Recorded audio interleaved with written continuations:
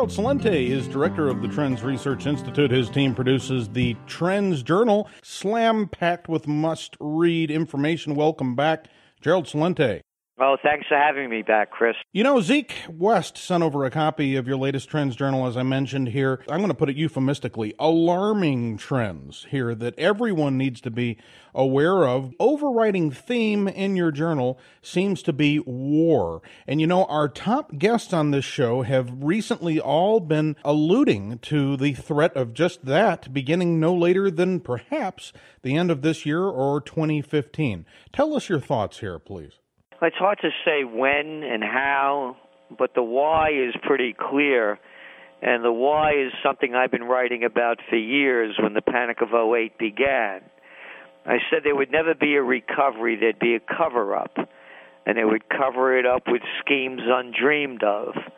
And those schemes undreamed of were record low interest rates like we've never seen in our lifetime. Those schemes undreamed of were quantitative easing, not only in the United States. They have their own version in China and the European Central Bank as well. And then I said, when all else fails, they take you to war. It's a repeat of history. It never repeats itself exactly the same, but you have depressions, and then you have trade wars and currency wars, and then world wars. And in between that, you have a lot of regional scrimmages and civil wars. And that's what you're seeing breaking out now. In our globalnomics section of the Trends Journal, we show the hot spots around the world. And they're all identified for everyone that wants to see them. And then what we did was we took the four corners of the world and we showed how it's all being waged around all of this, some of it making news and some of it not. And so, of course, one of the ones was Ukraine. Another one we picked was Thailand. Hey, they had a military coup there, son of a gun. How did we know that was going to happen? Well, we've been watching it for several months now, and we wrote several months ago when it began that there'd be a military coup followed by a civil war. And then we wrote about Venezuela. Oh, today, news came out. Venezuela says that the United States has a plot to assassinate the president. And they have demonstrations going on there quite frequently. And they're running an inflation rate, I believe it's about 30-something%.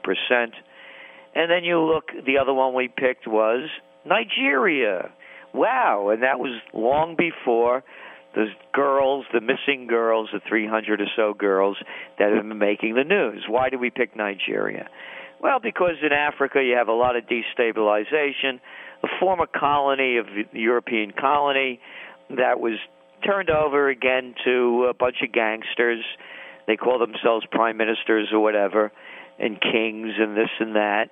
And they have 174 million people sitting on a lot of oil, and 40% of the people are making under $1 a day. And so you could call them radical Islamists, you call them anything you want that are fighting against the corrupt government, but very easy to see. And then, of course, you start putting the pieces together. Thailand, Ukraine, Nigeria, Venezuela, Yemen, Somalia. You keep going around, Syria. And you can see it's a world in the throes of war, but that's not all of it. It's also the demonstrations that are going on in Italy and in Greece and in Spain and in Portugal that don't make the news here. Hey, did they find that airplane yet? You know, that one that they heard the pinger again for the 100th time that CNN's been covering as a feature story even this week. So people don't see the dangers of what's going on. And as we tie it all together, Chris, we keep ending the story with, when people lose everything and have nothing left to lose, they lose it. And the other one is, far too few have much too much, and way too many have far too little. And that's what you're seeing going on around the world. They could call it anything they want, terrorism, fundamentalism. It's all comes down to the bottom line, and the bottom line is You got a lot of people out of work with nothing to lose, and they're losing it. People want answers. They want to know what is at the root of this. I mean, on one hand, you say, well, morally, we've become bankrupt. We're not based in the traditions of the past. On the other hand, we have folks who point to economics. As soon as you let the monetary, the Keynesian genie out of the bottle, all of your money becomes debased. It is the first time in history that there hasn't been a single global currency backed by anything of substance. And eventually that erodes all the confidence, and a few elite people at the top of the pyramid wind up with all the change, and the rest of us, we're left holding the mortgages and the paper. Is that how we got here, or is that an oversimplification? No, it's not an oversimplification, but it's part of it. Because then you have in other countries where that's not the issue. So it could be Egypt. It could be Colombia. It could be Venezuela or Argentina. So you have corruption. To me, morals, I have to say it's the issue because it also gravitates to other levels. For example, back here in the States, President Obama just announced $5 billion for an anti-terrorism partnership with our allies. $5 billion. I read the same day they're going to take down 40,000, that's right, 40,000 structures, old factories and houses in Detroit. They're going to destroy them. Just take a look at Detroit from any angle. One worries if it isn't the Petri dish representing the rest of the nation here. That's what I'm saying. Now, why is Detroit, what has happened to Detroit? You can't blame it on one thing or one person. It's a combination of unions and a combination of selling out our manufacturing, which they continue to do under the guise of NAFTA and the World Trade Organization, that allows companies to get products made in slave labor companies, mark up the prices, and bring them back home and resell them. And labor unions with these ridiculous things that they had with the auto industry and producing inferior cars. Hey, did you get your General Motors car recalled yet? I mean, look what's going on. And then the other point of this is the military. I don't support the troops. I want to make that clear. I am an American patriot. I'm here in colonial Kingston, New York. I support a national defense force, not foreign entanglements. I do not support troops going to Afghanistan, to Yemen. Now they're sending them into Chad, into Nigeria. I don't approve of them going to Iraq. I don't approve of them going to Syria. I want a defense force. I am an American that stands on the principles upon which this nation was founded. No foreign entanglements. No foreign entanglements. They were going on back then. With 100 Years' War, this war, that war, Washington, Jefferson, Madison, Adams, Franklin, all of the founding fathers, no foreign entanglements. So when you want to talk about the other part of this, Chris, listen to the words of General Dwight D. Eisenhower, five-star general, supreme commander of the Allied forces in World War II, and, for the record, a two-term president. He warns the nation that the military-industrial complex is robbing the nation of the genius of the scientists, the sweat of the laborers, and the future of the children. How much more proof do people need? When you look at the defense budget with NSA watching us, CIA listening to us, FBI tracking us, and you put it all together, you're at well over $1 trillion a year, getting flushed down the toilet.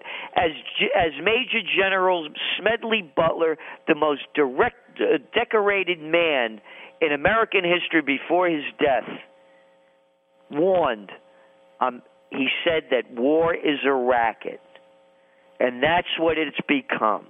So we could look at the other issues, the economic issues, But we have to look at what's happened to this nation. Look at the scandal going on now with the Veterans Administration.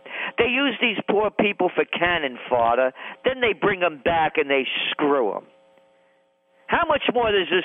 And look at the size of the budget for the VA. Look what we're doing to our soldiers, bringing them into foreign countries, into losing wars, coming back either in a casket or without arms, legs, or a mind.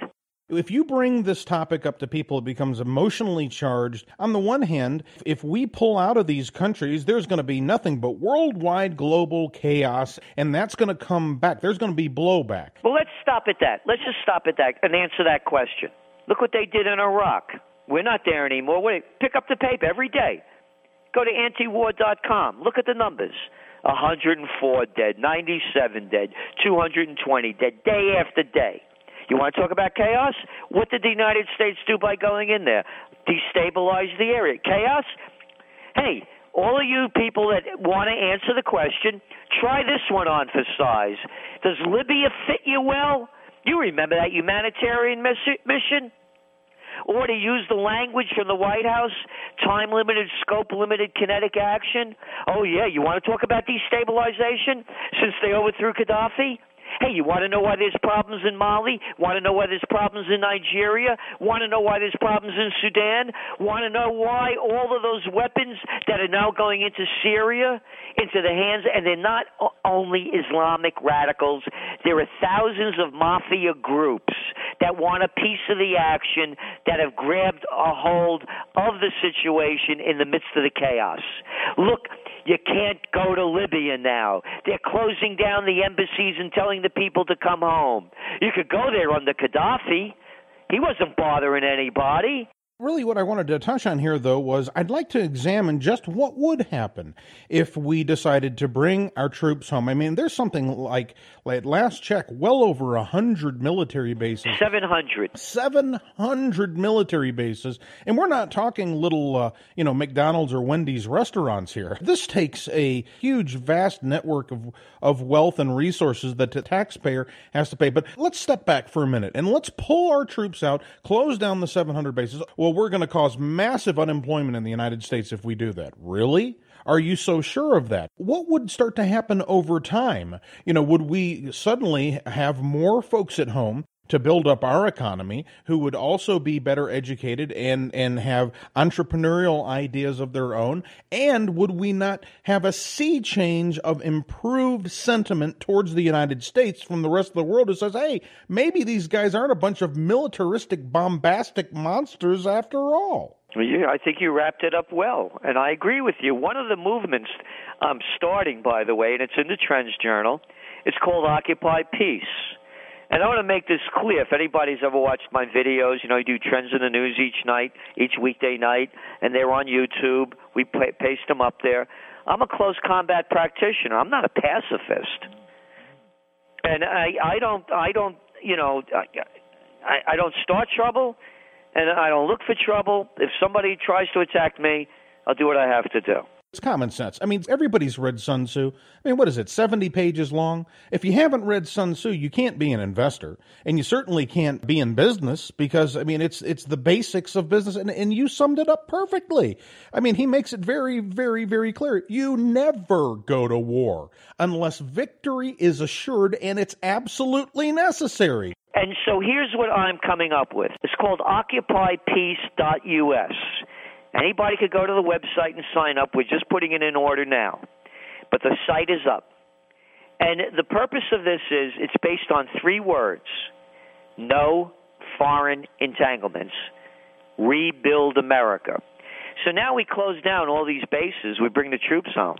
And now we close down our borders. I'm not xenophobic. I'm just non-interventionist.